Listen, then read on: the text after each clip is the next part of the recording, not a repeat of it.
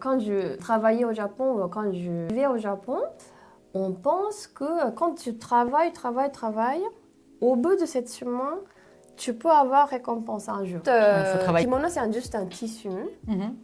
Tu roules sur ton corps et après tu attaches avec la corde. Donc ça m'a baissé La pression un peu de la pression. formalisation, Oui. comme on dit.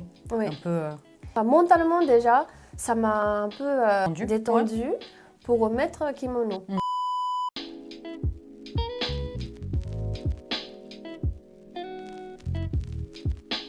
Hello, hello! Aujourd'hui, on est avec Miyuki, qui a une boutique de kimono à Paris et qui fait des choses très très intéressantes avec des modèles exceptionnels. Oui. Miyuki, est-ce que tu peux un petit peu te présenter ton parcours, d'où tu viens, s'il Ok. te plaît? Alors, je m'appelle Miyuki Koshimizu, je suis 100% japonaise. Ok. Tu viens de Fukuoka, au Japon? Oui, je viens de Fukuoka. J'étais intéressée par rapport à la culture française. Mhm. J'étais dans la fac de culture comparaison européenne C'est et vrai? japonais. C'est intéressant. Comparaison? Comparaison. Il y a ça au Japon? C'est bizarre, hein? C'est très Et en fait, bizarre, qu'est-ce la que tu comparaison. étudies? Bah, en fait, tu fais littérature française. Enfin, moi, j'ai choisi littérature française et japonais. Et après, tu peux partir culture aussi. Et moi, ça m'intéressait beaucoup de façon de vivre, tout ça, de différences de façon de vivre. Et donc, j'étais entrée dans le petit groupe de culture française. Et notamment, j'ai rencontré avec un professeur qui faisait une recherche de Petit Prince. C'est vrai? Ouais. Et du coup, Et ça t'a marqué? Ouais, ça m'a changé la vie. C'est vrai? Oui. Ouh, intéressant. Après l'université, j'ai travaillé pendant 3 ans. Mhm. Et après, j'ai décidé de venir en France. D'accord. Et le travail, rien à voir avec ce que tu fais maintenant? Oh, ouais. C'était un petit C'était, bail oui, en tout cas. non, enfin, travail Travail. temps plein. C'était la société de uniforme. C'était intéressant. Ah, Mais voilà, c'était donc tu étais expérience. styliste? Non, pas du tout. J'étais vendeuse. Vendeuse? D'accord, ok. Vendeuse d'uniformes. Pendant 3 ans du coup. Ouais, c'était bonne expérience. Et est-ce que pendant tes études, tu apprenais le français ou pas du tout? C'était juste la littérature. Il y avait la langue aussi? Si. Mais c'était le premier, premier cours de la journée. Ça commençait le matin. Mhm. Et donc, j'étais tout le temps comme ça. T'es pas du matin. Non, en fait, j'habitais loin. Du coup, tu étais fatiguée. Ah, Ouais, c'était... j'étais, Ok. C'était à Fukuoka même? c'était Fukuoka, mais j'habitais à peu près 1 heure de l'université. Tous les jours, tu faisais? Ouais. Et du coup, des fois, je ratais le cours. Des fois, j'étais un peu comme ça. Mais quand même, j'ai appris la base grammaire. Ah, la grammaire, pardon. La grammaire. base de la grammaire. Ouais. Ok, donc tu pouvais un Oui. peu communiquer en français. Oui, et je faisais un dictée, tout ça. Ah, quand voilà, même, donc, quand même. Ah oui, Ça m'a aidé. oui, c'est clair. Et quelles sont les spécialités, je demande un petit peu à tout le monde à chaque Ouais. fois, quelles sont les spécialités régionales de Fukuoka, Kyushu, Alors, en peut-être fait, autour de Fukuoka? oui, à vrai dire, en fait, j'ai pas vécu ailleurs qu'à Fukuoka. Mhm. Je suis venue directement en France, donc je peux pas trop comparer. Mais je pense qu'il y a la grande ville, mais aussi plein de nature partout. Mhm. Et c'est pas énormément touristique non plus encore. Je pense, enfin, par rapport au Je trouve, oui. Tokyo Je suis et allée à Fukuoka, comme je te disais tout à l'heure. Du coup, je le dis caméra. Je suis allée à Fukuoka en mai. Et par rapport à d'autres villes comme mon mari est basé à Osaka, Ouais, par rapport à ouais. Osaka, tu étouffes si tu vas dans les endroits pour faire du shopping même. Ouais. Oh, tu vas à Dotonbori, c'est pas possible. Tu peux pas Ouais, je respirer. comprends. Alors qu'à Fukuoka, on a vraiment eu la sensation que c'était une ville moderne, Oui. mais très aérée. Il n'y avait pas autant de monde. J'ai comprends. trouvé que c'était super. Oui, Ouais, oui. ça fait du bien. Donc, oui, c'est pas trop. Enfin, c'est moderne, mais pas grande ville non plus. Donc, tu peux profiter le côté moderne, mais en même temps traditionnel ou la campagne, juste à côté à proximité. ouais. C'est Donc, bien ça. C'est bien et on mange bien. On mange bien. Et bah, par exemple, il y a quoi comme spécialité La ramen. que tu conseilles? Les ramen. Tonkotsu ramen. Tonkotsu Le ramen. tonkotsu ramen. Et mentaiko. Mentaiko, so. Ah, mon mentaiko, mon soul food. C'est ta soul food. Takana. Takana? Tu connais Takana? Non. Intéressant. C'est difficile à expliquer, mais c'est une sorte de tsukemono, macéré. Mais il faut que tu goûtes.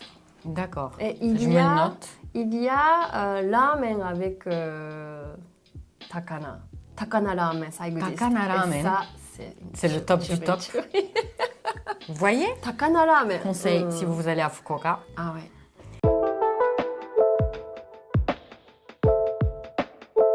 Donc, comment tu es arrivée en France? Depuis quand tu vis en France? Et pourquoi la France? Ça fait beaucoup de questions. Mais non, mais oui, je comprends.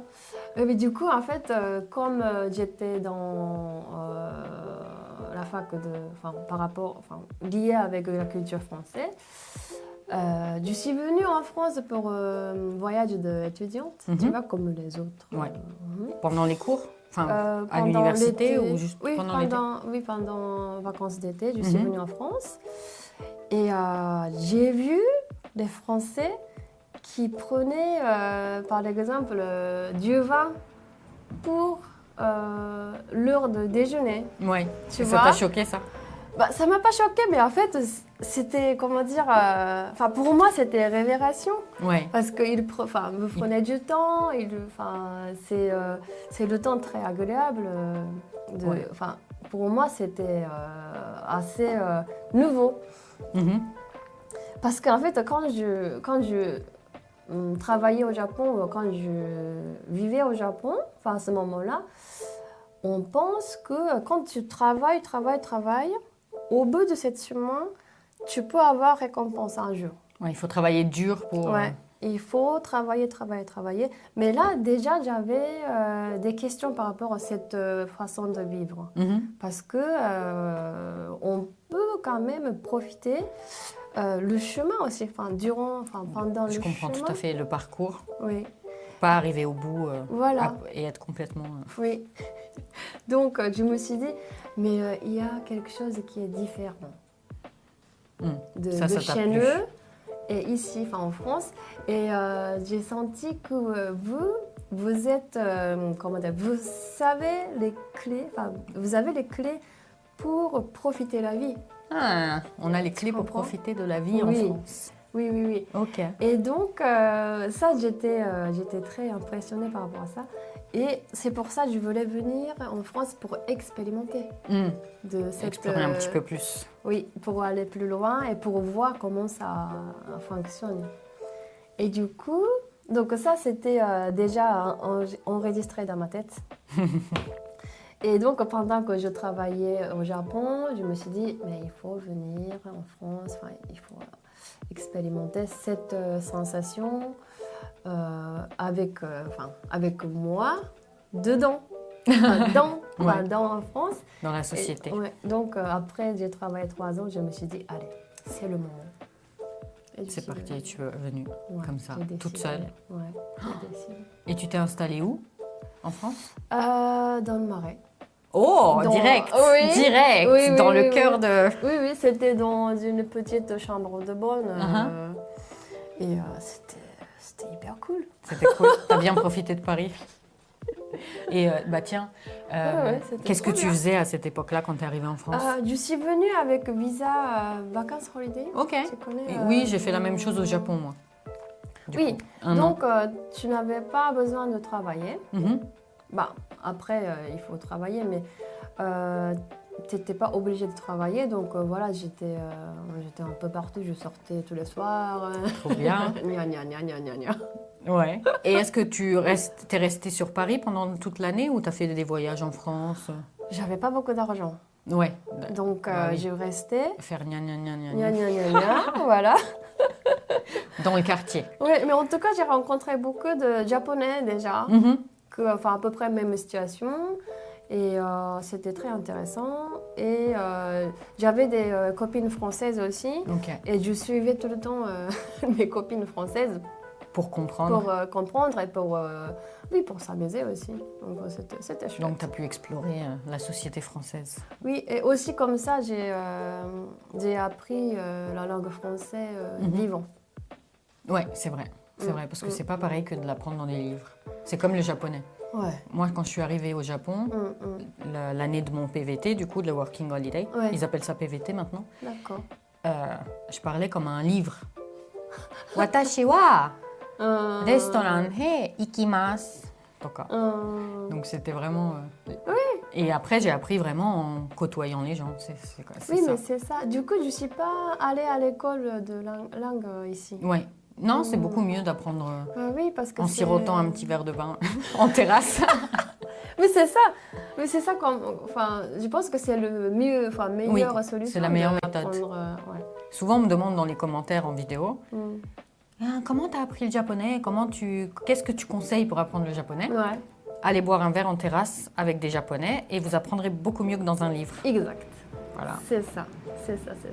C'est ce que j'ai fait. Donc. Ouais. Et tu parles parfaitement. Très bien. Très bien en tout cas. T'es gentil, mais oui, il manque une. Elle parle très bien. Une ou un ou des, ou je sais pas. Oui, mais ça c'est le plus. Je crois que c'est le plus chiant du français. Hein. Ah oui, parce que ça existe. Féminin, masculin, ouais. C'est mon mari aussi. Il dit, mais pourquoi la table c'est une fille? Oui. Il n'y a pas de raison. Ouais. C'est vrai.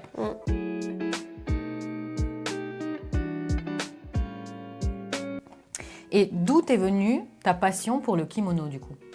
Ah, tu veux savoir? On va rentrer dans le vif du sujet parce qu'on a plein de magnifiques kimonos derrière. Oui. Mais en fait, ça a commencé quand j'avais 20 ans. Tu sais, il y a une cérémonie de 20 ans au Japon. Oui, je mettrai des photos pour que vous voyez.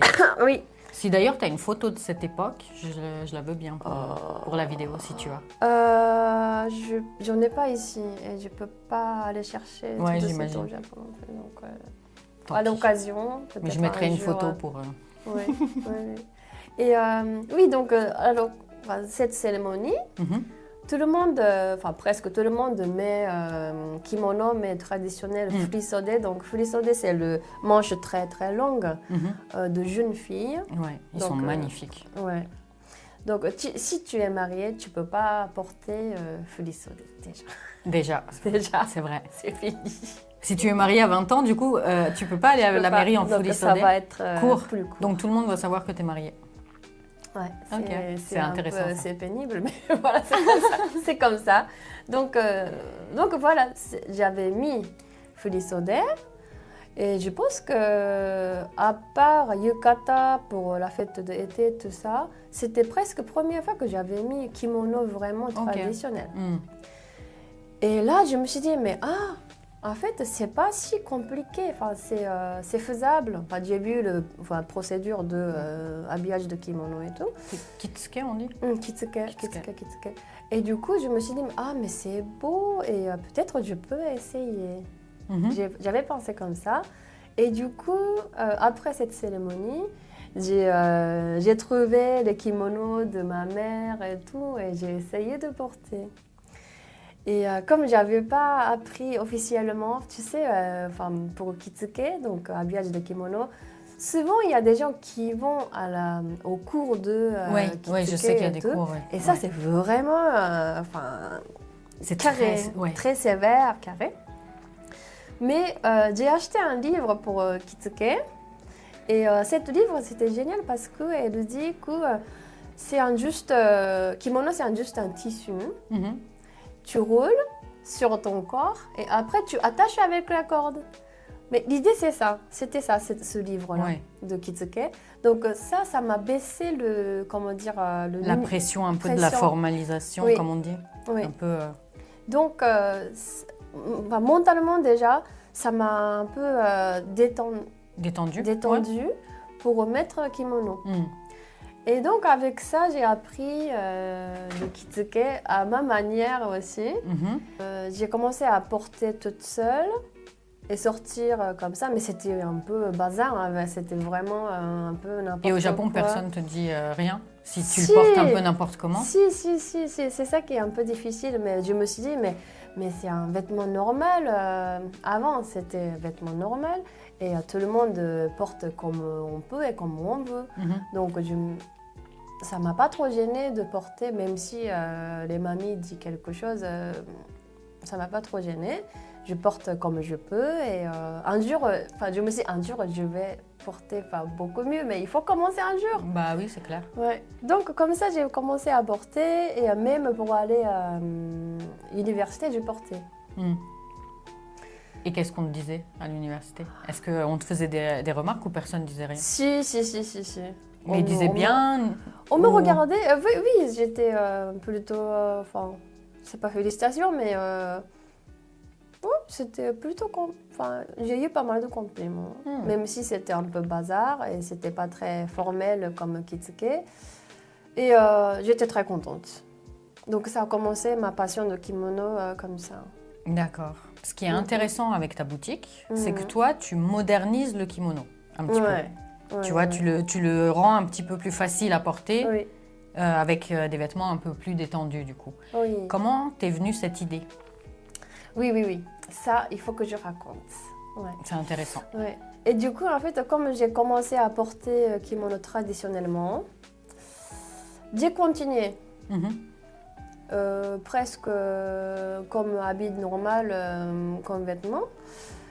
Et en France aussi, j'avais amené mes kimonos et je portais. Et après, oui, j'ai eu 2 enfants. Et des fois, c'est pas si facile, c'est pas très pratique de porter kimono traditionnellement parce que quand même, ça peut limiter ou...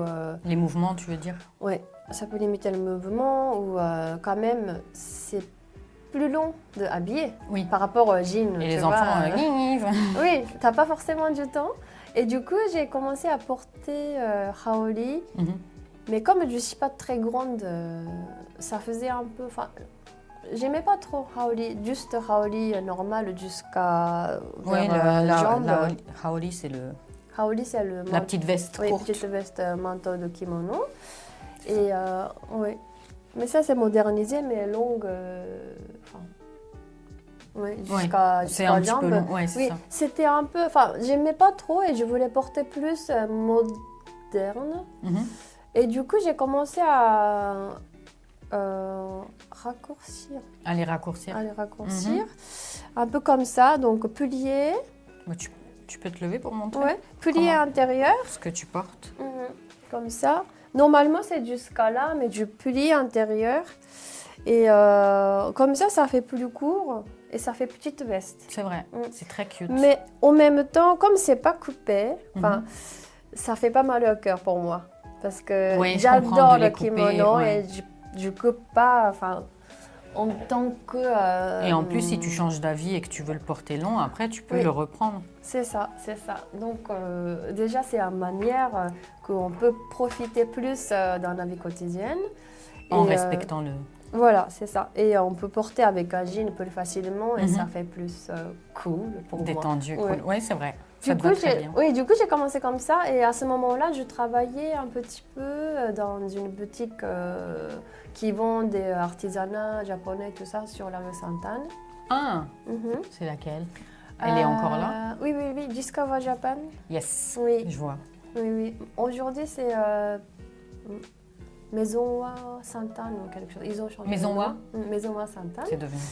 Et donc, je travaillais là-bas et je portais ça. Tu vois, parce que ça fait plus japonais, donc je me sentais bien et c'était bien.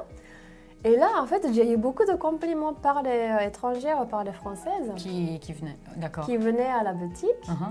Et du coup, le responsable de boutique m'a dit, peut-être tu peux essayer de vendre... tes créations directement. Oui. C'est donc super. Je me suis dit, oui, s'il y a des gens qui veulent, pourquoi pas.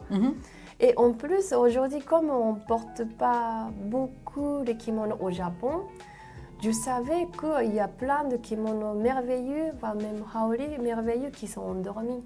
Ouais. Et pourquoi ils ne les portent pas au Japon? tout le monde cherche le pratique. Okay. Donc, à l'occasion, ils le portent. Oui, vraiment pour les trucs officiels. Oui, officiels ou cérémonies, tout ça, ils le portent. Mais sinon, pour la vie quotidienne...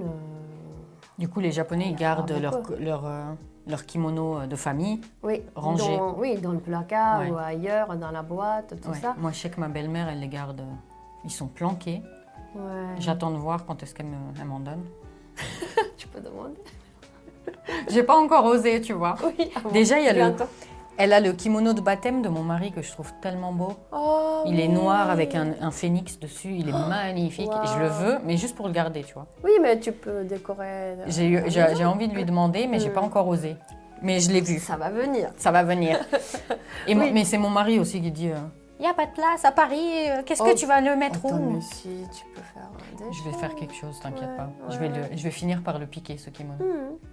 Oui, du coup, en pardon. fait, donc je savais qu'il y a plein de choses qui sont endormies au Japon. Et pour moi, c'est un peu dommage et triste parce qu'il y a tout un travail d'artisan qui a tissé le tissu. Enfin, déjà, le cire, le soie, c'est la fabrication de soie.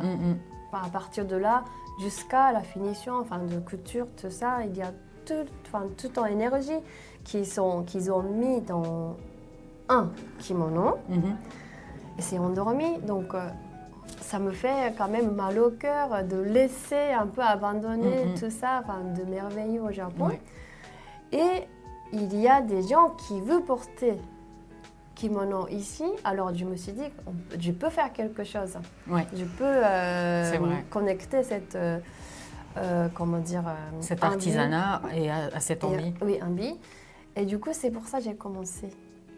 C'est génial, c'est hyper intéressant. Ouais. Comme ça, on peut profiter encore aujourd'hui ici. Ça fait revivre les kimonos. Ouais. J'avais une question à ce sujet.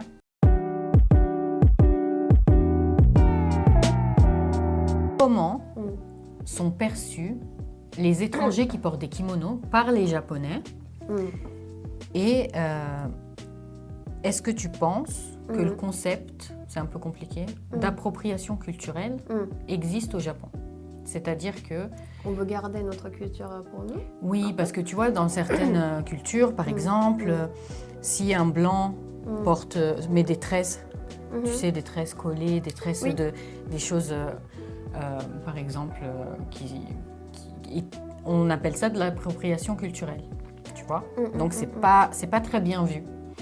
Mais toi, comment tu penses que les Japonais, quand ils voient un étranger en toute honnêteté, tu vois, parce que les Japonais, c'est pas facile qu'ils disent ce qu'ils pensent. Tu connais bien? Oui, je connais bien. Et du coup, j'ai eu ce débat avec une amie française qui porte des kimonos, elle vit au Japon. Julie, petite dédicace si tu me vois. Mais en tout cas, est-ce que porter un kimono, c'est de l'appropriation culturelle? Pour moi, je vois ça comme de l'appropriation culturelle. Et elle disait pas du tout, c'est de la... Enfin, tu admires le travail des artisans, c'est plutôt, tu vois, c'est plutôt positif. Toi, et en tant que japonaise, enfin...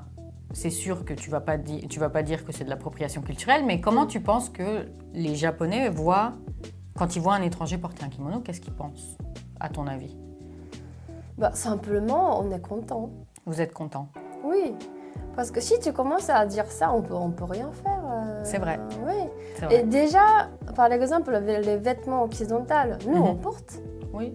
Tu vois? Oui, mais ça, tu vois, par exemple, c'est quand il a commencé à y avoir un petit peu les étrangers qui sont venus au Japon amener la culture occidentale, tu vois.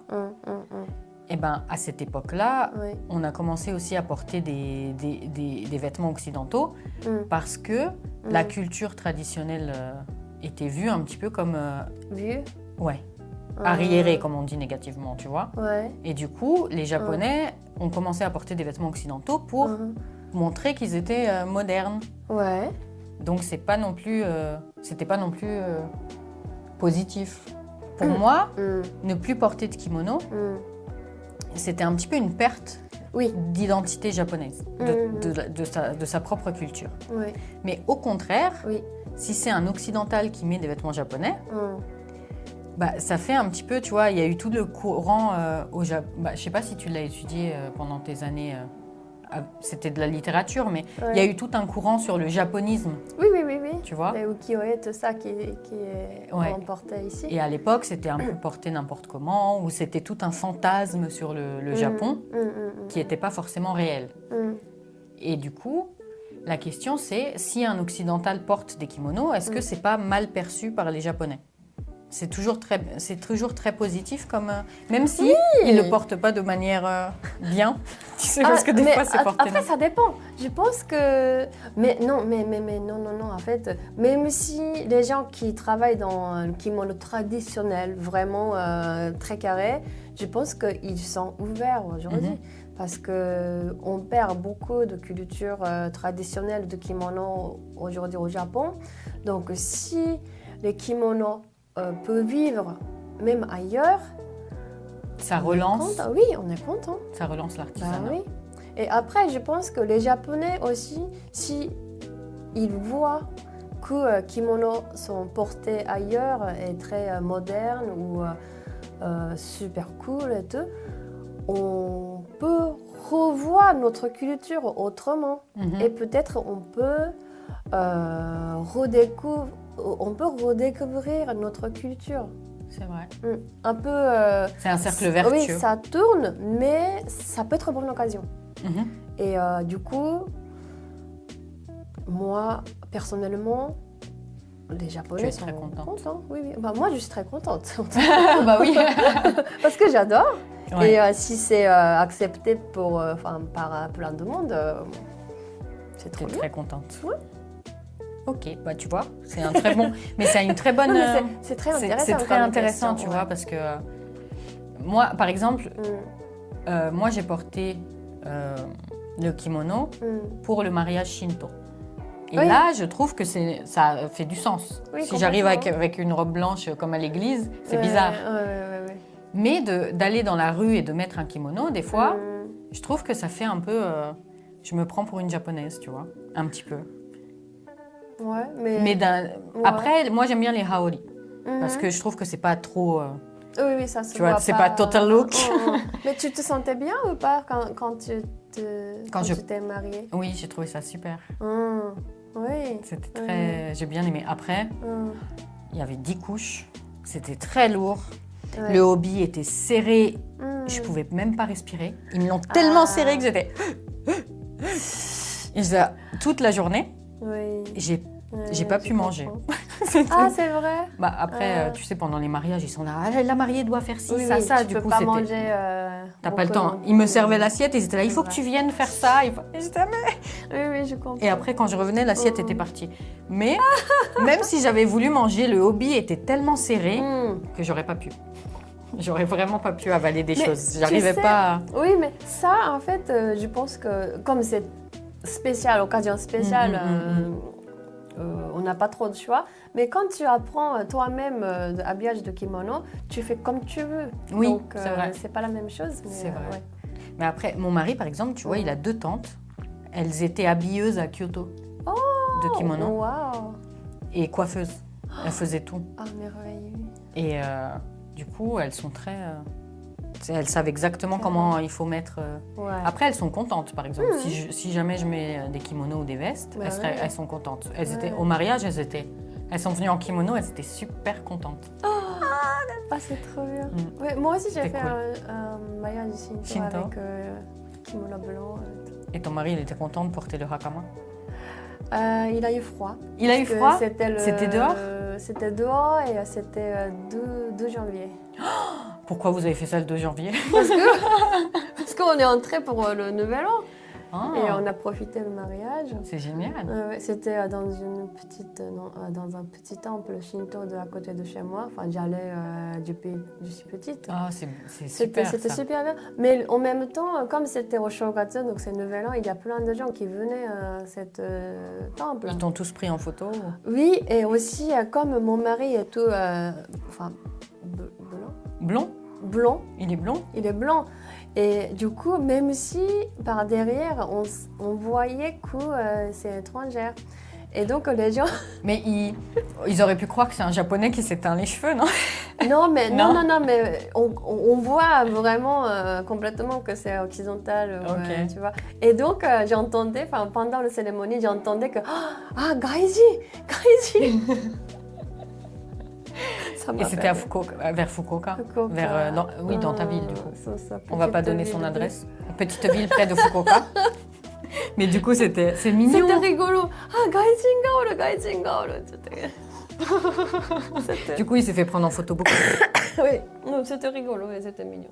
Est-ce que tu peux nous donner quelques conseils pour incorporer le kimono dans nos vêtements modernes? Qu'est-ce que tu conseillerais si quelqu'un voulait un petit peu intégrer le kimono dans les vêtements occidentaux?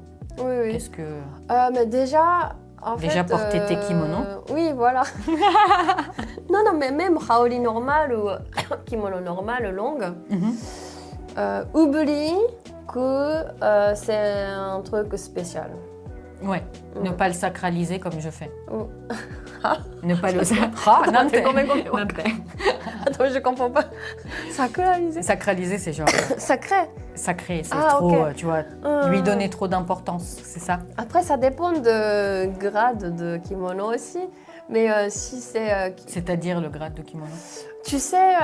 Quel type? Oui, le type de... Bon, après, les kimonos qui sont vendus comme ça, normalement, c'est pas... Si tu achètes un kimono hyper cher, je pense que ça, il faut garder un peu l'occasion et tout. Ouais. Mais si c'est normal, tu peux porter comme un vêtement normal. Et donc, dans ta tête, donc oublie que sacré. Que c'est sacré. T'as vu, je t'ai appris un mot. Sacraliser. Sacraliser, ça, il faut oublier. Et les kimonos étaient vêtements normaux avant au Japon. Donc voilà, c'est ça. Je pense que c'est plutôt moralement. Oui, c'est vrai qu'on a l'image du kimono qui est toujours celle des cérémonies. C'est vrai. C'est vrai qu'on n'y pense pas comme un vêtement de tous les jours. Oui. Donc ce que je veux proposer, c'est de porter comme un vêtement normal, avec un jean parce que sinon ça sert à rien. Ouais. Enfin pour moi, en tout cas. Et oui, donc en plus, kimono, c'est assez généreux, je peux dire. Traditionnellement, on peut mélanger plein de couleurs, on peut mélanger plein de motifs sur motifs, tout ça. Et donc, même si tu mets plein de couleurs ensemble avec vêtements ou jeans ou chaussures un peu partout, ça se marie. Donc voilà, il ne faut pas trop prendre la tête. Ok, je vais essayer.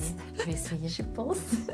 Quelles sont les pièces que tu proposes actuellement dans ta boutique sur lesquelles tu as eu un coup de cœur? Ouais. Pourquoi tu les as choisies, par exemple? Certaines, si tu peux nous montrer des modèles. Oui, je peux.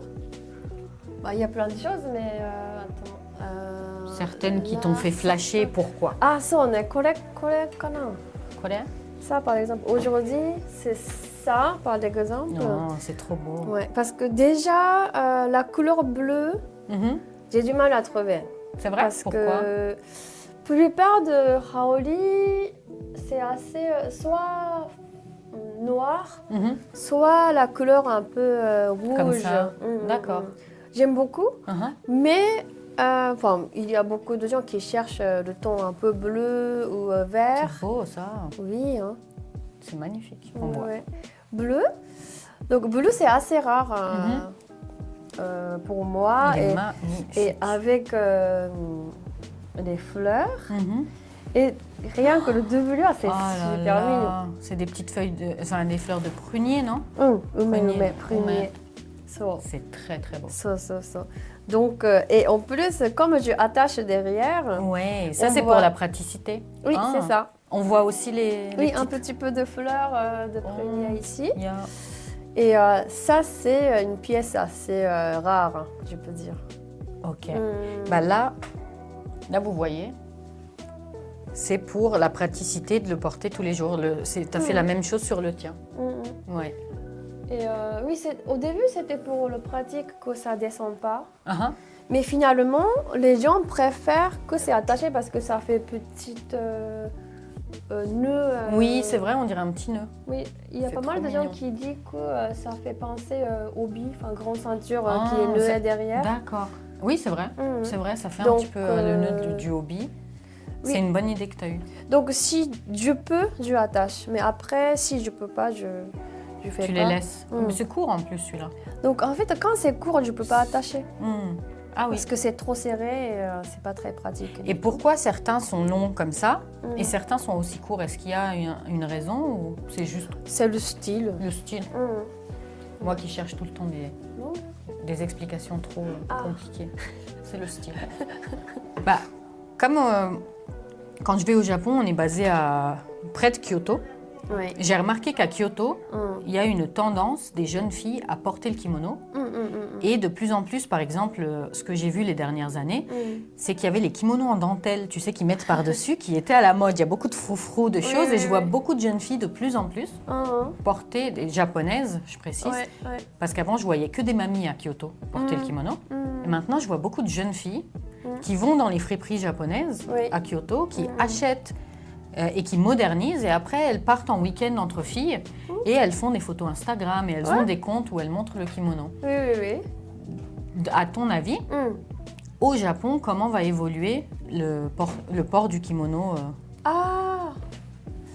selon toi? Comment ça va évoluer? Est-ce que tu penses que ça peut revenir comme elles le remettent à la mode? Oui, en fait, je pense que depuis 10 ans, 20 ans, déjà quand j'ai commencé à porter kimono traditionnellement au Japon, donc il y a 20 ans, déjà il y avait cette mode qui avait commencé. Et là, il y a beaucoup à peu près mon génération, qui proposent des kimonos assez cool, ou même très stylés, façon traditionnelle, mais adaptée. C'est difficile à dire, mais un peu comme un vêtement normal. Ok. C'est pas très, comment dire. La forme, elle change, ou ça reste un kimono? Ça reste on mettra une photo à la limite qu'on pourra chercher. Je peux te partager plusieurs personnes que j'adore. Et donc le motif et la couleur assez moderne. Et du coup, ça fait vêtement. Enfin, comment dire, ça fait pas très très traditionnel, mais en même temps, la façon de porter est traditionnelle. Et du coup, moi je trouve que c'est super cool que tu peux porter vraiment comme un vêtement normal. Et il y a des gens qui portent kimono avec des baskets, avec des bottes ou tout ça. Oui, ça va être intéressant ça de mettre là. Oui, là. Et donc je pense que ça peut. Déjà, c'est déjà commencé, mais ça va augmenter encore les populations de kimono au Japon. Pas en mode déguisé. Plus quotidien, pour les quotidiens. Cool, j'ai hâte de voir ça. Ouais, j'espère aussi. Oui.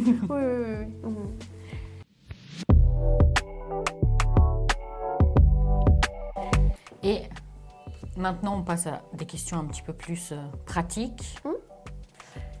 Qu'est-ce que tu aimes de la France?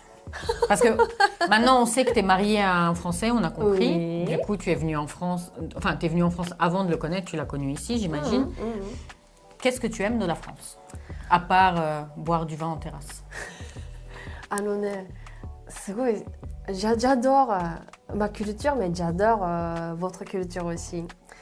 Parce que vous prenez pas la tête pour plein de choses. Ok. Par rapport à nous. Parce que nous, on réfléchit, avant qu'on commence quelque chose, on réfléchit et on prépare et à la fin, on commence. Ouais. Tu vois? Ouais. Et donc, bien sûr, il y a moins de problèmes parce qu'on Vous avez tout prévu. Mais ici, quand vous avez des idées, allez, on commence. Et ça...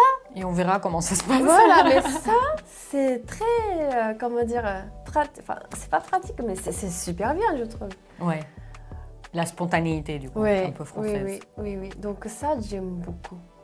Et s'il y a un problème, vous trouvez la solution ou vous dites tant pis. C'est comme ça et on va réfléchir à autre chose et on va trouver la solution. Mais du coup, ça avance. Et cette simplicité, j'aime beaucoup. Ok, c'est hyper intéressant. C'est la première fois qu'un Japonais me dit ça. C'est vrai? Ouais. Moi, je trouve que c'est une grande différence entre... Parce que moi, j'ai l'impression que ça stresse les Japonais beaucoup souvent. Surtout dans le travail, je pense. Ça dépend. Oui, ça dépend des personnes. Ça dépend des personnes. Mais du coup, je apprécie beaucoup. En même temps, il y a pas mal de problèmes, mais bon, c'est comme ça. Mais aussi, il y a une certaine spontanéité pour les résoudre. On se dit sur le moment, tu vois. Oui, mais ça, c'est génial, je trouve. Ouais. C'est vrai. Et quelles sont les choses qui te manquent du Japon, du coup? Ou une chose, ou quelque chose. C'est évident, c'est la nourriture. La nourriture? La nourriture. Tu cuisines à la maison? Oui, j'aime beaucoup. Et tu cuisines japonais ou peu importe ou... Surtout japonais. Surtout japonais. Et mon mari fait la cuisine plutôt occidentale. Cool. Donc on partage. C'est très bien. Oui, c'est cool. Moi aussi, je fais ça. Je fais cuisiner mon mari quand c'est japonais, même si je sais le faire. Tu peux le faire. Tu peux le faire. Tu peux faire. Je préfère quand c'est lui qui le fait en fait. C'est bien, on partage. Ouais. Donc oui, surtout ça. Ok. Et est-ce que tu te vois rester en France de manière définitive et pourquoi? Après, c'est normal, t'es mariée. Je ne sais pas en fait.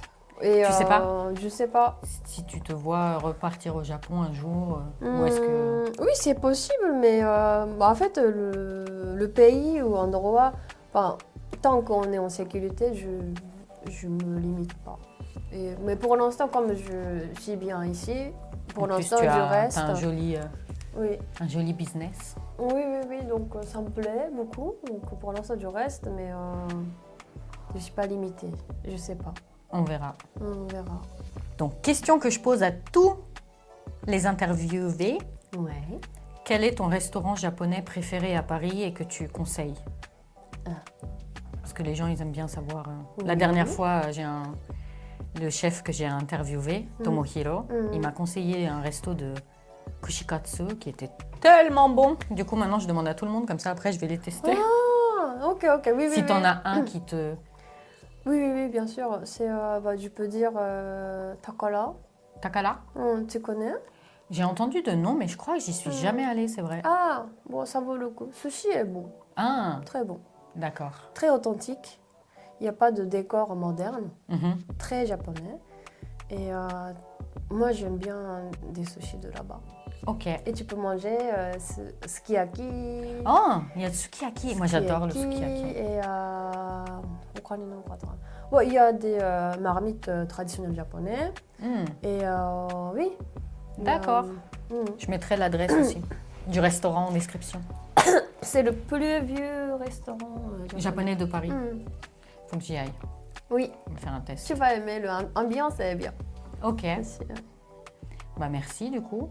Oui. Ça se termine comme ça. Si tu veux rajouter quelque chose, venez visiter la boutique si vous passez par Paris. Je mettrai la boutique en description aussi. Il y a des pièces magnifiques. J'adore cette couleur par exemple. J'adore. Tu veux pas essayer? On peut essayer. Oui. Pour la fin de la vidéo. Cette couleur? Vas-y. Ouais, le vert. Ouais. Ça, c'est après, je suis pas du tout habillée pour. Ah non, mais c'est ça qui est bien. Mais tout le monde dit, mais en fait, vas-y. C'est pas mal. Hop. Par le bas. Par le bas? Par le bas, du coup. Voilà. Hop. Tac. Ah! Comment tu te Kawaii. Kawaii. ちょっとここをこうやってブラブラってするのがいいよ。Ça m'a rendu kawaii du coup maintenant. Ah mais c'est hyper cool. C'est cute. Il est super beau. La couleur, j'adore. Ça te va super bien. Merci. J'ai flashé sur cette couleur, elle est super belle. Arigato. 来てくれて。めっちゃ可愛いわ。Merci beaucoup de nous avoir accueillis. Venez à notre boutique. Venez à la boutique, faites un tour. C'est super. Oui. Et si vous voulez plus de contenu comme ça, abonnez-vous, likez, commentez. Ciao!